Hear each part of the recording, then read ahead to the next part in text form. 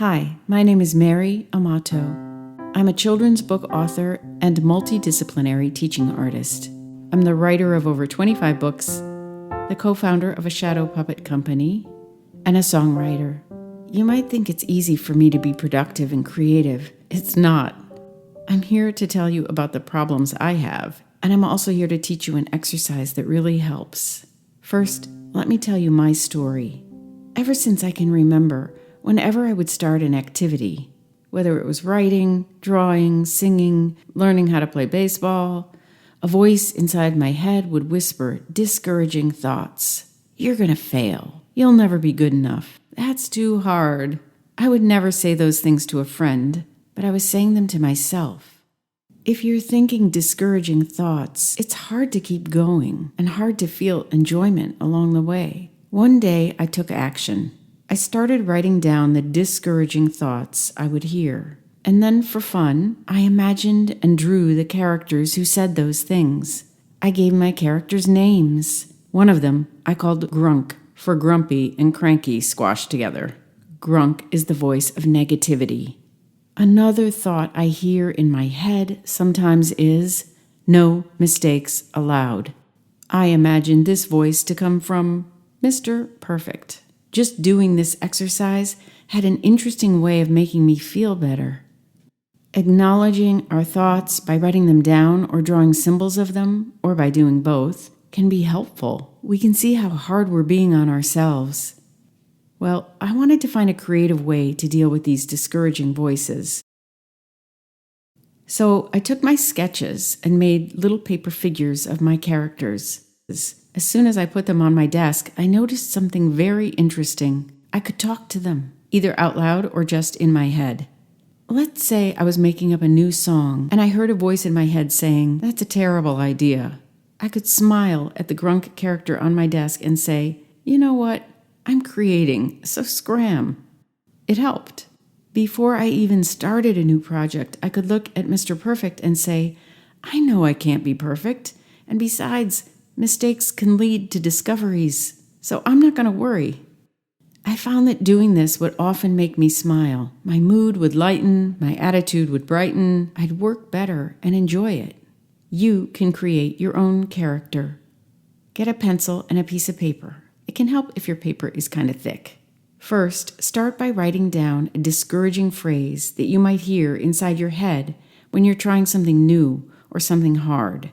For example, "That's too scary, don't even try." Next, draw the character who says that phrase. If you love to draw, go for it. Your character might be human or animal or a complete fantasy. If you feel uncomfortable about drawing, keep it simple and encourage yourself to just try.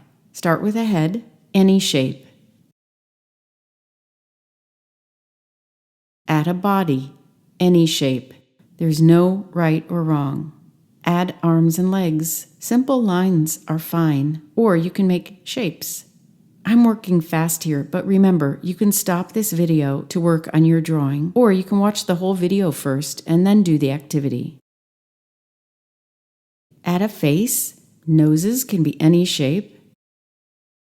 Add a mouth.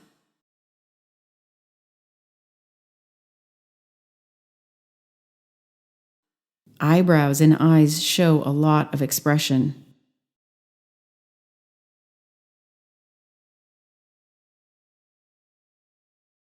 You can stop there, or you can add details. Any details you want. There's no right or wrong. Clothes, hats, hair, whiskers, claws, tails. You can always add color too. Write down your character's name, and here comes an important step. Write down what you could say to your character. To the voice of fear, I could say, "I know it's scary, but I'm going to try it." So, on your paper, you have your character's name, what your character says to you, and what you can say to your character. After you're done, you can cut your character out, but before you do, just make sure to leave enough space at the bottom to fold so your figure can stand up. If you forget, you can always make a stand by cutting out a piece of paper, taping it on, and folding it.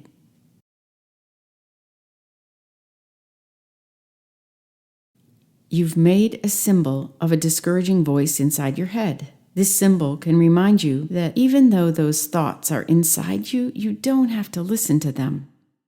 But wait, there's more. After I made symbols of my discouraging thoughts, a question popped into my head.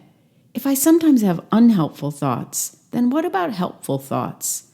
Why not create symbols for the encouraging voices in my head? Maybe if I put those on my desk, they could remind me to be kind to myself. That's what I did. The voice of my self-acceptance says, "You're doing your best." When I persevere, I tell myself, just take it one step at a time.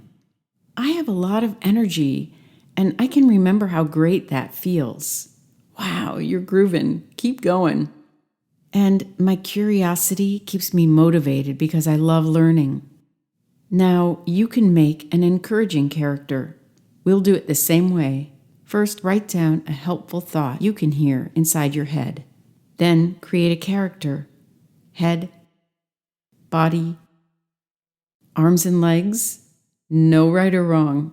Faces. Make sure the expression on your character's face reflects how great this character makes you feel. You can pause the video while you create. When you're done, write your character's name, and then write what you can say to this character. Besides talking to your character, there are other things you can do. You can intentionally set out your encouraging character when it's time to work or create. And to symbolize your desire not to be discouraged, you can put your discouraging character in a symbolic place, like under a stack of books, or in a drawer, or face down on your desk. You can write poems about your characters. Write a play in which your characters talk to each other. Pretend you are your characters and have them write notes to you, or you can write notes to them. I even made a display of my characters for an exhibit in a little free art gallery. You might have more ideas. Please share them in the comments section. Once I started playing around with these characters, I realized that they can balance me. Let me give you an example. When I'm writing a new story, I would give up if all I heard was, "Your work is messy." I need to hear some encouragement to write a first draft. But first drafts always need improvement. That's called revision. So if all I heard was a voice saying, "Your work is amazing," then I wouldn't bother to improve my work, and I'd never have a story worthy of being published. So after I'm done with my first draft, it's good for me to realize that my work can be messy, and if I take the time to clean it up, it will be better. All of these voices are inside me. If I'm aware of them, I can manage them. I hope you become aware of your own discouraging and encouraging thoughts, and that you enjoy this exercise in learning how to relate to them in a playful and helpful way.